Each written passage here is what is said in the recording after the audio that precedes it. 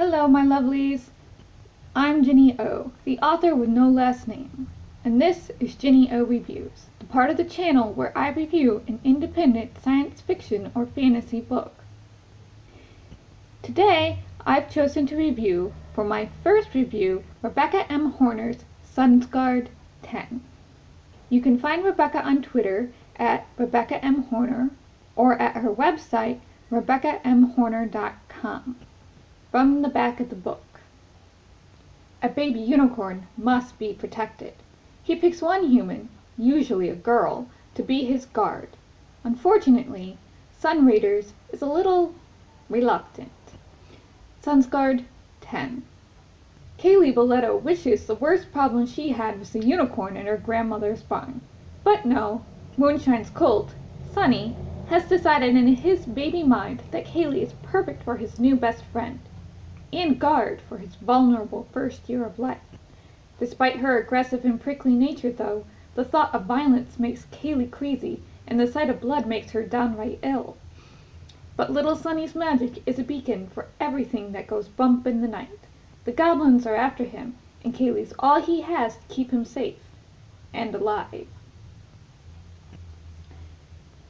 Friendship alert! Rebecca is my best friend, writing bestie, and editor. She does editing through In the Corner Editing on her website, and she's edited 4 of the 5 of my books.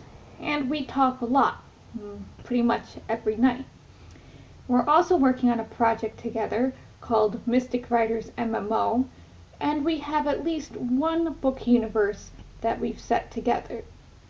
So, for me to review Becca's book, it's kind of like me asking my daddy if I'm pretty.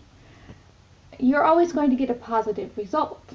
But what's the use of being best friends if you don't pimp each other's books? That's what besties are for, right? So, fair warning, I'm going to be pretty biased in this review, but who isn't a little biased? Let's get right into it. I'm approaching this review as I'm going to try to approach all my young adult reviews. Would a teenage me have liked this book, and why? And teenage me would have loved this book. Sunsguard 10 is young adult, written for a young adult audience. It doesn't even try to pretend that it's for adults. And it feels like an authentic teenage experience.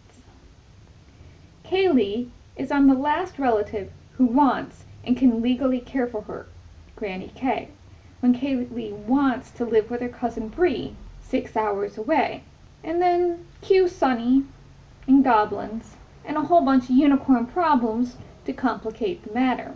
About 6 chapters of the book deal with Kaylee finding out about Sunny and having to deal with her first day at a new school. And here's the first place where I relate to Kaylee a lot, because I went to 4 different schools. Not as many as Kaylee, who went to 8, but I had 3 first days at a new school. And first days suck. There's just no way around it. They're awful.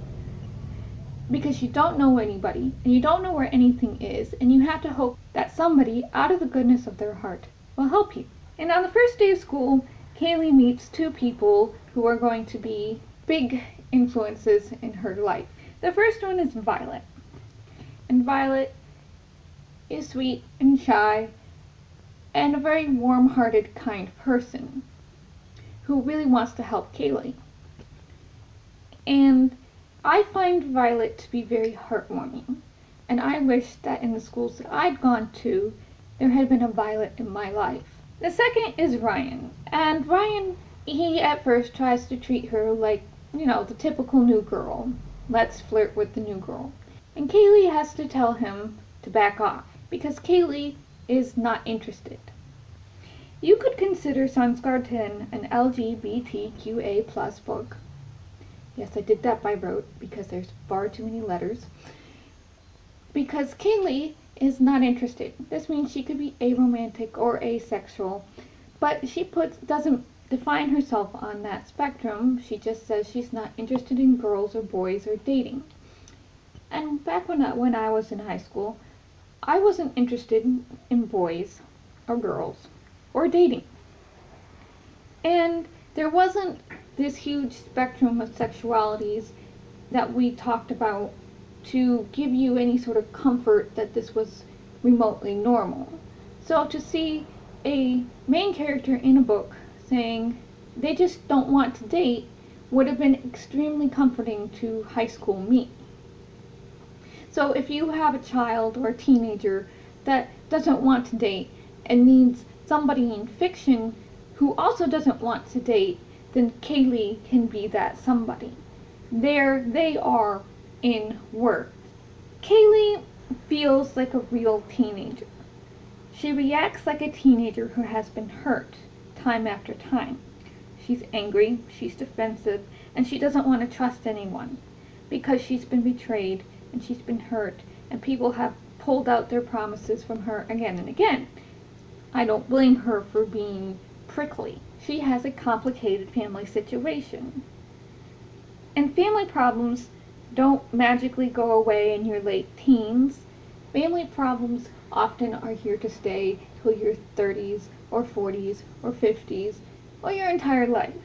So it's nice to see this being recognized in a young adult book, because a lot of young adult book wants to ignore this reality.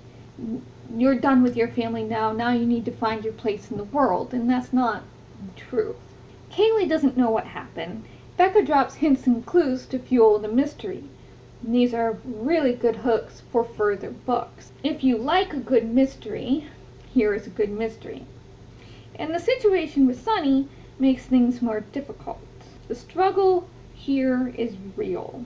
Does Kaylee want to keep her head down and return to live with Bree as soon as she can? Or does she try to make it with Granny K and work things out in order to help Sunny? Because Kaylee isn't magically a competent guard. She's going to have to work at it. And she has to fight her aversion to violence to do so. And I really appreciate that Becca tries to find non-violent solutions first in order to protect Sunny. I mean, this is major props. Violence is not always the answer. And I really appreciated and enjoyed that Becca went into crystal lore and herb lore to try to find a way to keep Sunny safe without Kaylee having to whack everything in her way. But when your life is on the line, yeah, sometimes you have to whack back. But Kaylee isn't automatically good at it. She's going to have to train, and she knows she's going to have to train. Overall, this book made me want to cry in places, which means, to me, is a really good book, because I related to it, and my teenage self was very emotional. So I want to tell all my friends about it, which is partly why I'm doing this review, and so everybody who enjoys unicorns, magic, and contemporary fantasy will read this book and hopefully love it as much as I do. So I give Sunsguard 10 5 Gingersnaps, and I really hope that Rebecca finishes Sunsguard page soon, because I want to know what happens next. What happens next? Sometimes, even being the bestie, I don't know everything. I hope y'all are willing to give Sunsguard 10 a shot. You can find it on Amazon. The link is in the description below. And if you enjoyed this review, please give me a like, subscribe, and share it around with your friends. I am doing this on my own. Becca kindly offered up Sunsguard 10 as a tribute. But if you'd like to help me buy more independent science fiction and fantasy books, or to put away money to get better recording equipment, please consider donating to my Ko-fi. All funds are appreciated. Thank you so much. Next time will be Ginny O Reads, where hopefully I'll be reading the first chapter of We Are Mars by Cheryl Lawson, a science fiction thriller set on Mars. It's right there in the title, Mars. See you in the next video, my lovelies.